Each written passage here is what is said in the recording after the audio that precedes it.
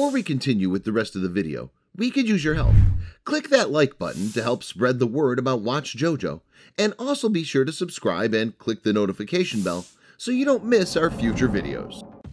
Workers on a Texas construction site uncovered a truly disturbing century-old secret. Can we discover the shady past of a town from a skeleton? Sugarland, the lively city of Texas, is now enjoying a modern life, but the past was not that lively at all. It was once a plantation land which the African-American slaves had built. At present, a school construction is going on where a digger found something that looked like a human skeleton. Archaeologists were summoned, and when they came, they discovered that hundreds of bodies lay underneath 2 feet and 5 feet of dust.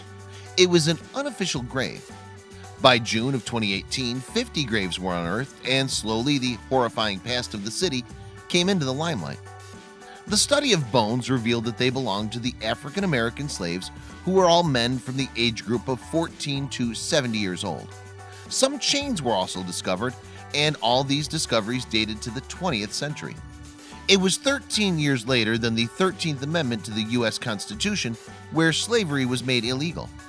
The first burial dated to 1878, and the place was used as a burial ground for African-American slaves until 1910. After the Civil War, slavery was illegal, and this affected the local economy. The business owners looked elsewhere to get their work without paying fair wages.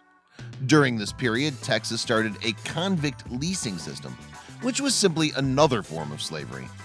Mainly the African-American prisoners were rented out through this scheme. These black men didn't have to put in much effort to land themselves in jail. It seemed that they were the target of the officials because even fraternizing with women of different race and color could land them in jail. There was no proper medical aid for the prisoners, so if they fell sick, the business owners didn't even bother to care for them. Instead, they went back to the state to look for other prisoners to replace the sick ones. The prison farm soon earned the title of Hellhole of Brazos due to its notoriety and proximity to the Texan River. In 1912, this whole practice was banned. A former prison officer, Reginald Moore, was hell-bent to find out the grave truth of this prison farm. In 2018, when this grave was finally unearthed, his suspicion was confirmed.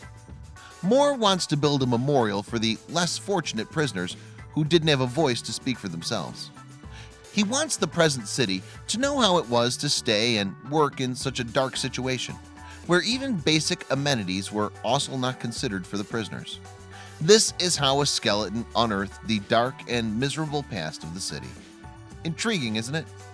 Thanks for watching. Be sure to hit that subscribe button.